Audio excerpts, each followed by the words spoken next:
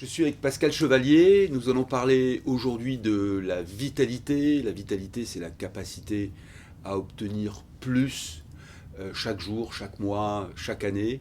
C'est un des 4 piliers de la force. Pascal, tu es patron du premier groupe média français, World Media, et la vitalité, c'est ton quotidien. Donc la première question que j'ai envie de te poser, c'est si tu veux te présenter aussi rapidement, après t'être présenté, quels sont les outils, quelles sont les routines que tu utilises pour faire face à une journée dans un groupe comme le tien. Bonjour à tout le monde. Bonjour. Donc, pour me présenter, moi je suis un entrepreneur depuis plus de 25 ans. Et finalement, mon métier c'est de créer des entreprises, c'est innover depuis 25 ans. Et finalement, ça résume un peu la vitalité parce que entreprendre, c'est avoir beaucoup d'énergie, c'est faire face aux problèmes, c'est la culture de l'échec. Et puis de temps en temps, c'est les bonnes nouvelles. Mais la vitalité fait partie pour moi des entrepreneurs. Et tu as dit quand même des mots qui sont très importants, c'est de l'énergie. Hmm. Et c'est gérer la réussite et les échecs. Alors, la première question, c'est une journée type pour toi pour pouvoir réaliser tout ce que tu dois réaliser dans une journée. Je pense que ce qui est important, encore une fois, c'est une fois qu'on a cette énergie, il faut être capable de la transmettre. Et ça, c'est important parce que finalement, les collaborateurs, les partenaires, les clients, en fait, captent cette énergie. D'ailleurs, souvent, ils se disent « Oh, il a une super énergie ». Et on a totalement oublié, en fait, ce qu'on faisait, etc. Ça vous arrive des fois, moi, ça m'arrive il y a des gens qui disent « C'est super hein, ce que tu fais ». Mais tu fais quoi, d'ailleurs, déjà? Parce que finalement, on capte beaucoup plus l'énergie qu'autre chose. Et puis ensuite, il faut être capable d'encaisser les problèmes. Donc, c'est aussi une autre dimension, je trouve, de l'énergie, c'est de dire que quand les collaborateurs viennent vous voir ou les équipes en disant bah, « On me l'a expliqué le problème, ça ne l'a pas fait bouger, donc finalement, ça ne va pas être très grave ». Ils repartent finalement avec beaucoup plus d'énergie et finalement, vous avez simplement capté leur problème et redonné de l'énergie positive pour pouvoir affronter la vie d'un entrepreneur normal qui est d'abord des problèmes et de temps en temps des bonnes nouvelles. Ce qui croyait être un problème n'était pas un problème. C'est aujourd'hui on se dit voilà il y a une crise puis en fait il y en a d'autres comme moi qui vont dire bah non en fait c'est une opportunité comme toujours, donc c'est l'histoire du verre à moitié plein ou à moitié vide. Dans une crise comme on en vit aujourd'hui, il y a plein d'opportunités et finalement c'est à nous de nous réinventer, d'en profiter et puis de toute façon on n'a pas le choix parce que soit on continue d'innover et de progresser, soit on régresse, donc finalement il faut bien choisir entre les deux, donc on préfère innover et progresser. Mais on la sent bien, cette vitalité, dans ta façon de t'exprimer, dans la façon dont tu présentes les choses. Donc, la vie d'un entrepreneur comme toi, à la tête d'un gros groupe de médias, tu l'as dit, c'est beaucoup de problèmes. Comment tu fais face aux obstacles?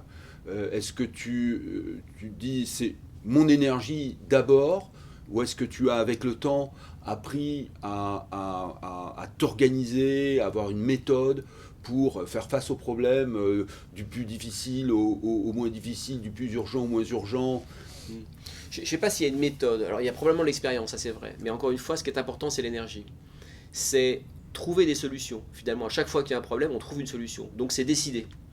C'est pas facile de décider et puis il faut accepter de faire des erreurs. Donc à partir du moment où on accepte de faire des erreurs et que finalement on se dit je grandis également par l'échec, j'apprends beaucoup, cette culture de l'échec est importante, on a moins peur de décider et donc on avance. De bien savoir s'entourer, de faire en sorte que cette énergie elle ait pu être distribuée aux gens avec qui vous travaillez, qui eux-mêmes vont distribuer cette énergie et qui vont adopter les mêmes méthodes. La culture de l'échec, on progresse, on ne parle pas de crise, on parle de solutions, on trouve encore une fois des idées, etc. Ça c'est important. Et finalement, au fur et à mesure, il y a de moins en moins d'enjeux. Donc on apprend aussi à relativiser. Quand les gens viennent me voir pour m'expliquer un problème, finalement je dis non, c'est pas un vrai problème celui-là, c'est un petit problème. Donc finalement, apprendre à relativiser, c'est simplement de se dire il faut faire ses choix, choisir ses combats et se focaliser sur les choses qui sont vraiment importantes. Et puis les choses moins importantes, on va les traiter. Donc ça veut dire que si on n'a plus peur de l'échec, si on apprend à relativiser et si on est capable de s'entourer avec des gens qui ont cette même énergie, finalement ça crée une équipe qui est suffisamment forte. Souvent on se compare un peu à une équipe de rugby, quand on fait mêler on peut défoncer n'importe quoi parce que finalement encore une fois on est capable d'encaisser, de progresser et de corriger ce qui ne va pas. Tu as mis en évidence un point qui est par rapport à un problème, la perception que l'on a, la perception que l'on a de ce qui nous arrive. Un problème qui a une petite taille on peut avoir l'impression qu'il a une énorme importance. Un problème qui n'est pas un problème, on peut en faire un problème. Donc c'est aussi une posture que tu adoptes face à ce qui arrive tout au long de la journée. C'est vraiment la réalité, c'est même plus une posture aujourd'hui. Ça veut dire que finalement je suis comme ça depuis longtemps, alors probablement parce que l'expérience d'avoir créé pas mal d'entreprises, que les entreprises aient bien marché, en fait j'ai pas d'enjeu. J'ai pas d'enjeu de... Enfin je veux dire, à partir du moment où on cultive encore une fois cette culture de l'échec, on explique en fait que c'est en se trompant qu'on progresse, etc. Donc il n'y a pas de risque de réputation, il n'y a pas d'enjeu financier parce que finalement l'entreprise elle marche bien, etc. Donc finalement il y a simplement qu'à prendre du plaisir. Et donc ce qui est intéressant, c'est d'être capable d'innover, de progresser, de grandir, d'entreprendre avec beaucoup d'énergie. Et finalement ça c'est très intéressant pour tout le monde. Et puis les quelques problèmes, il y en a mais on les voit quasiment plus aujourd'hui. Et c'est même plus une posture, c'est vraiment ça aujourd'hui où finalement je me dis souvent une crise, bah non en fait c'est une opportunité. Et c'est vraiment devenu presque naturel aujourd'hui. D'accord. Qu'est-ce que tu conseillerais à un entrepreneur, un manager qui veut faire grandir cette vitalité? Alors, je pense, bon, faut être aussi franc, il y en a qui l'ont, il y en a qui l'ont pas quand même. Et ça, on n'y peut rien. Il y a des gens qui voient toujours un problème et d'autres qui vont jamais se plaindre. Moi, je fais partie de ceux qui ne se plaignent jamais. C'est pas que j'ai pas de problème, c'est que finalement, je trouve que c'est pas tellement intéressant et puis j'ai envie de partager des choses positives. Puis les trucs négatifs, j'en ai comme tout le monde. Bah, je les gère et puis voilà, mais j'ai pas envie d'embêter Mais les tu autres avec ça. t'attardes pas dessus. Je m'attarde jamais dessus. Et c'est pareil en fait dans la vie privée ou dans le boulot, c'est que à chaque fois que je vois un problème, je vais d'abord le relativiser en disant est-ce que c'est vraiment un truc important, etc. Je vais donner des exemples un peu plus larges. Si mes enfants ont une mauvaise note à l'école et qu'à la fin de l'année ils risquent de redoubler, c'est grave.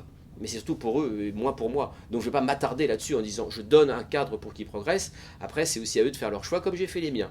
Mais je ne vais pas demain, comme beaucoup de parents souvent, ils se mettent dans un état de stress dingue parce que les enfants n'y arrivent pas. Ouais. C'est pas mes études, ce sont les leurs. Donc au bout d'un moment, une fois qu'ils commencent à être adolescents, c'est leur problème. Mais dans le boulot, c'est pareil. Des fois, on cherche à faire un produit et on cherche à vendre ce produit. Ça marche pas, les clients, ils en veulent pas. Donc je ne sais pas si c'est un bon ou un mauvais produit. Ça marche pas. Donc il faut apprendre aussi à relativiser en disant c'est pas le bon projet, c'est pas grave. Et on change. Et ça, pour revenir sur le truc de boulot, cette culture d'entrepreneur, c'est d'apprendre à changer rapidement. Ça ne veut pas dire en fait que c'est grave ou que c'est la fin d'un projet. Ça marche pas pour plein de raisons. Et ça sert à rien d'insister, on change. Donc on relativise en disant c'est pas grave, on change. Et ça, c'est cette culture un peu l'entrepreneur, c'est un peu l'histoire du chat qui tombe, il va se retourner et il va progresser. Plutôt que certains qui vont créer un projet et ils vont rester pendant 5 ans sur la même idée, sur le même projet, et quand ça marche pas, ça marche pas. Il faut accepter de changer. Donc d'où la culture de l'échec qui pour moi est un point vraiment important. Claire. Et il y a deux concepts que je trouve vraiment intéressants dans ce que tu viens de dire là à l'instant. Il y a la souplesse, ne pas rester rigide face à une situation, et la réactivité, c'est-à-dire aller vite, le problème se présente et j'agis dessus. Je ne le laisse pas pourrir, donc je ne perds pas mon temps. Le problème se présente, on décide, il est derrière nous et on passe à autre chose. Action. C'est un peu ça, souvent on se dit action, réaction, il y a un truc, hop, on bouge très vite, etc. Ça marche très bien, ça marche pas, on apprendra aussi, c'est pas grave. Mais c'est un peu comme ça. Écoute, merci beaucoup Pascal pour cette leçon de vitalité. Merci beaucoup.